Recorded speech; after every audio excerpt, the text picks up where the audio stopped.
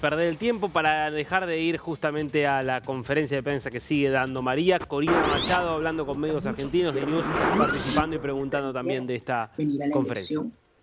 elección, y fueron devueltos incluso. Y creo que el presidente Boric ha tenido una posición muy clara, muy firme, muy respetuosa de los derechos humanos. Y creo que indiscutiblemente Chile tendría un papel muy importante que desempeñar, porque creo que ha demostrado que el conflicto en Venezuela no se trata de izquierdas y derechas, es a un nivel muy superior. Esto se trata del respeto a las democracias liberales versus los sistemas totalitarios. Esto se trata del respeto a los derechos humanos versus un sistema que comete crímenes de lesa humanidad. Eso se trata del respeto a la justicia, al orden, a la ley versus un régimen corrupto hasta la médula que ha saqueado el país y empleado a los venezolanos. Entonces, y además se trata, debo decir, para mí, del conflicto más importante a nivel geopolítico que hay en Occidente, porque afecta directamente la seguridad hemisférica de la región. En Venezuela se le ha otorgado un santuario para la operación de grupos criminales de diversa naturaleza, el crimen organizado internacional.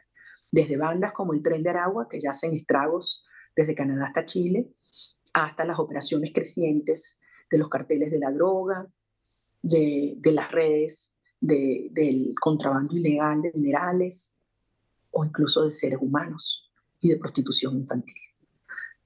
Adicionalmente a esto, los más que evidentes vínculos que tiene Maduro con los regímenes de Irán, de Rusia, de Siria, Cuba, y un tema muy sensible que es el tema de la migración.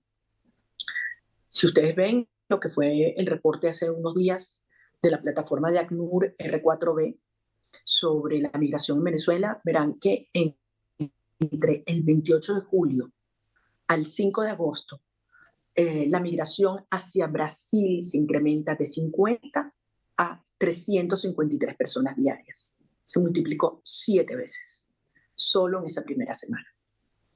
Si Maduro prolonga esta agonía por unos meses más, nosotros podemos estar viendo la oleada migratoria más grande de la historia de Venezuela. Ya somos la crisis migratoria más grande del mundo, más que Ucrania, más que Siria, pero podríamos estar viendo 3, 4, 5 millones de venezolanos huyendo por la frontera. Sabemos lo que eso significaría, no solamente para los países de Sudamérica, también Centroamérica y propio Estados Unidos.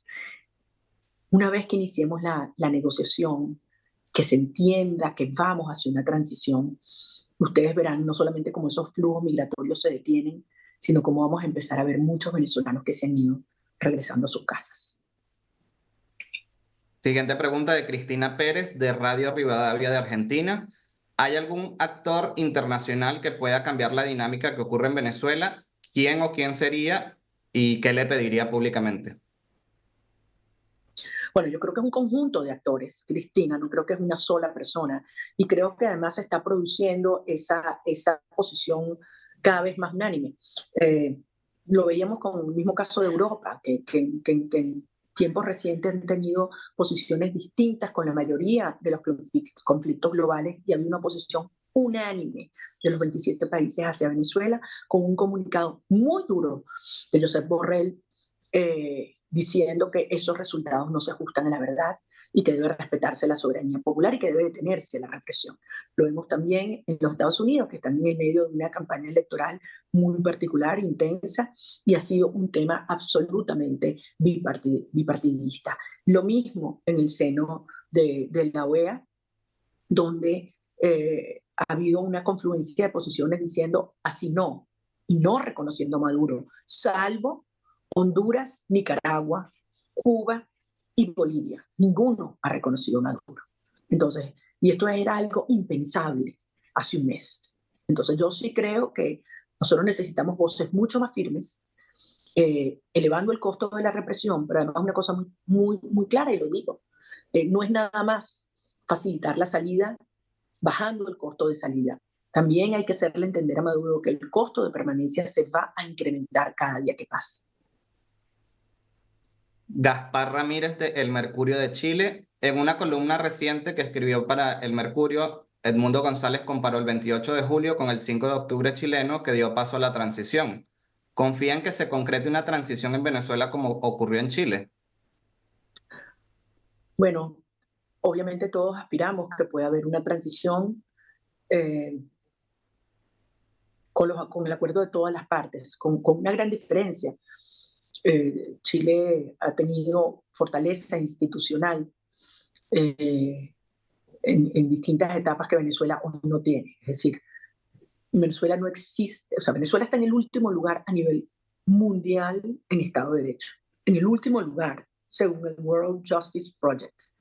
Venezuela, las instituciones y los cuerpos de seguridad civiles y militares han estado infiltrados y debilitados, no solamente por agentes cubanos, pero acabando con el mérito, la dotación, el entrenamiento, etcétera. Tenemos una cantidad de crisis simultáneas, es decir, esto va a ser una transición realmente, yo creo que la más compleja, por lo menos de la historia de este hemisferio. Nosotros tenemos una crisis de humanitaria compleja, tenemos una crisis de servicios públicos, tenemos una crisis energética, tenemos una crisis de soberanía, tenemos una crisis de seguridad ciudadana, tenemos una crisis económica, tenemos una crisis financiera. O sea, señores, ya nosotros vamos a encontrarnos con un país en ruinas. De modo que yo creo que es muy importante, sí, apelar a que va a ser un gobierno de unidad nacional que va a requerir de todos los sectores, incluyendo la comunidad internacional. Lucía Miguel del diario La Nación de Argentina. ¿Qué más podría hacer Javier Milei para responder a la crisis en Venezuela y qué se sabe de los refugiados políticos en la Embajada de Argentina? El gobierno de Argentina ha hecho mucho y le estaremos agradecidos toda la vida. Eh, Toda la vida.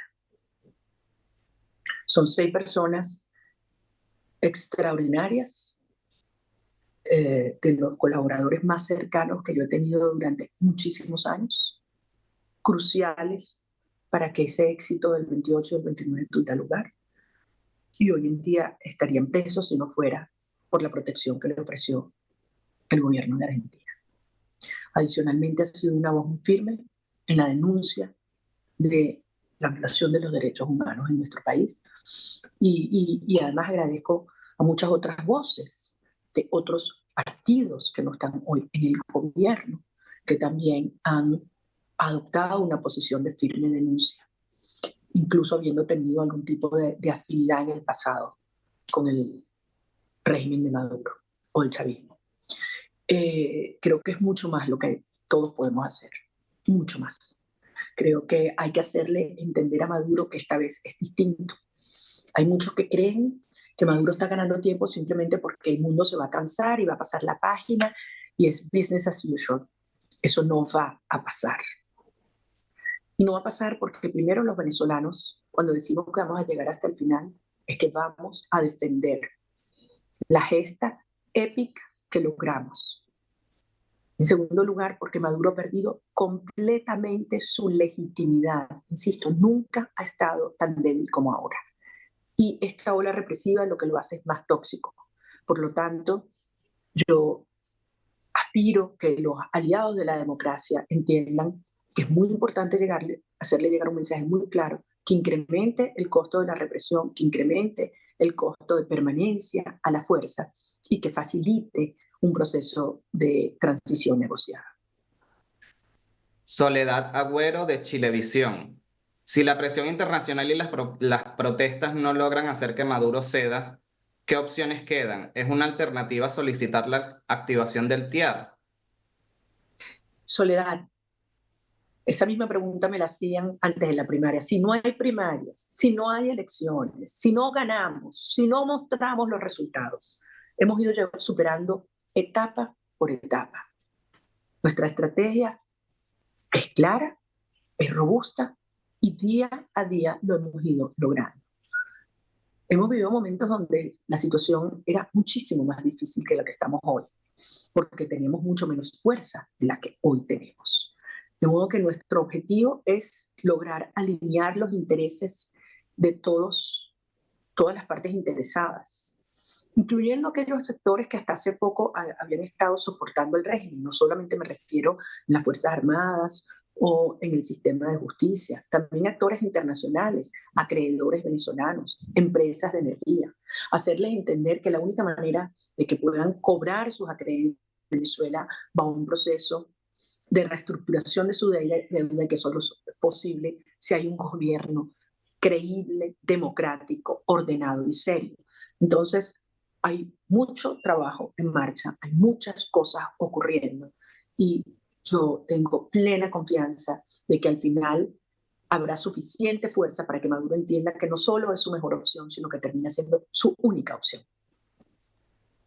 Agustina Celayeta, de Newsweek, Argentina. Siendo una opositora al chavismo desde la primera hora, ¿qué le hace seguir en esta lucha y no bajar los brazos? Muchas cosas. Primero, yo tengo mucha confianza en la sociedad venezolana y creo que nos han dado unas lecciones maravillosas. El régimen ha subestimado lo que los venezolanos somos capaces de hacer y también creo que alguna gente de afuera no lo creía posible. Mira dónde estamos. Yo solamente consigo mi vida en libertad en Venezuela y hoy hay una fuerza que nos une y es muy poderosa. Y es algo que lo sentimos todos los venezolanos. Y es que nosotros queremos nuestras familias unidas, queremos a nuestros hijos de vuelta en la casa. Y no hay nada que no haga una madre o un padre por sus hijos. Por lo tanto, esto que estamos viviendo va mucho más allá de una lucha política o ideológica. Esto se ha transformado en una lucha ética por la verdad, una lucha existencial por la vida y una lucha espiritual por el bien. Y eso es muy poderoso. Darío Mizrahi, de The News.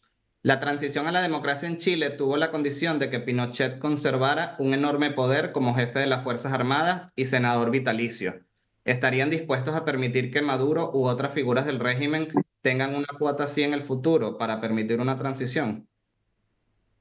Hay una cantidad de incentivos, garantías, salvaguardas que son objeto de una negociación, pero no es apropiado, sería tremendamente inconveniente que yo abordara o elaborara sobre ellas antes de que la negociación se dé.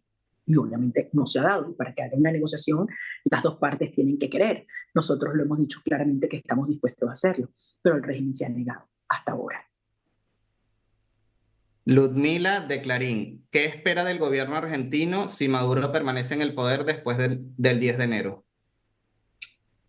El 10 de enero tendremos nuevo presidente y nuevo comandante en jefe, y será Edmundo González Urrutia. Almudena Calatrava, de AP. ¿Qué van a hacer si el Tribunal Supremo de Justicia da como ganador a Maduro en las elecciones? Lo mismo que si no hacen nada. Ellos no tienen vela en este entierro. Pueden sacar 1, 5, 20, 100 decisiones. No significa absolutamente nada. No le agrega un ápice de credibilidad. Por el contrario, yo creo que Maduro se equivoca. Y lo están diciendo todos los países hoy. No es allí, no es el TCJ. No se van a escapar con esa maniobra. Presenten las actas. Ojalá lo hicieran. Así tuviéramos la prueba del fraude si se les ocurre fabricar otras. Pero no se han atrevido. Yo creo que no lo van a hacer. Luciana Tadeo, corresponsal de CNN Brasil en Argentina. Hoy los cancilleres de Brasil y Colombia se reúnen para discutir la situación de Venezuela. ¿Qué cree que puede salir de esta mediación y cómo evalúa la salida de México de este grupo? Bueno, respeto la posición de cada país. Yo no he logrado tener comunicación con el gobierno mexicano, a pesar de que lo hemos intentado, y mantenemos comunicación permanente con Colombia y Brasil, como con todos los demás países de América Latina y de Europa y de Norteamérica. Creo que la posición de estos países es muy relevante porque son los dos países vecinos más directamente impactados por el conflicto venezolano, si se extiende. Además de que son dos países que han tenido históricamente vínculos con Maduro y tienen un canal de comunicación que aspiran utilizar. Y yo no quiero anticipar ni especular. Agradezco todos los esfuerzos que se han hecho por todas las partes para que Maduro entre en razón y entienda que aquí hay un escenario, una decisión que nos conviene a todos los venezolanos y es avanzar por una negociación para la transición ordenada, estable y pacífica. Les repito, la permanencia a la fuerza, recurriendo exclusivamente al alto mando militar, a grupos armados desalmados y reprimiendo gente, no es una opción sostenible, como no lo es la pretensión de aislarnos por vía de la violencia, metiendo periodistas presos o bloqueando las redes sociales. La sociedad venezolana ha encontrado la manera de comunicarse en el pasado y de organizarse, y nunca habíamos tenido los niveles de organización ciudadana que tenemos hoy. Calendaria Greenberg de Reuters. ¿Ha mantenido conversaciones con Estados Unidos sobre la situación en Venezuela y precisar cómo será la manifestación del sábado en Caracas y otras ciudades del mundo? Calendaria, mira, desde luego yo mantengo relaciones con todos los gobiernos de este hemisferio, incluyendo el gobierno de los Estados Unidos, gobiernos de Europa, incluso de otros continentes. Creo que hay plena conciencia de las implicaciones para la seguridad hemisférica del conflicto que hoy hay en Venezuela. Insisto que esto va mucho más allá de un eje de izquierda y derecha.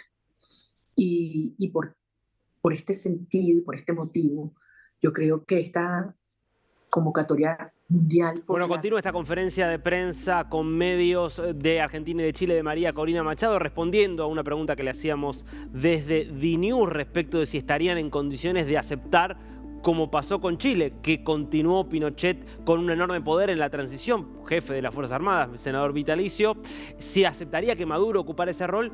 Y interesante la respuesta aquí de María Corina Machado, que fue: no podemos revelar nada respecto de las negociaciones. Queremos negociar, vamos a negociar, pero no podemos todavía revelar las condiciones de esa negociación. Es decir, aquí hay una intención de negociar y no se descarta evidentemente nada en esta negociación, pero claro, lo que falta es que el régimen acepte sentarse a la mesa. En un ratito volvemos, mientras seguimos además con esta conferencia de prensa de María Corina Machado para medios de la región.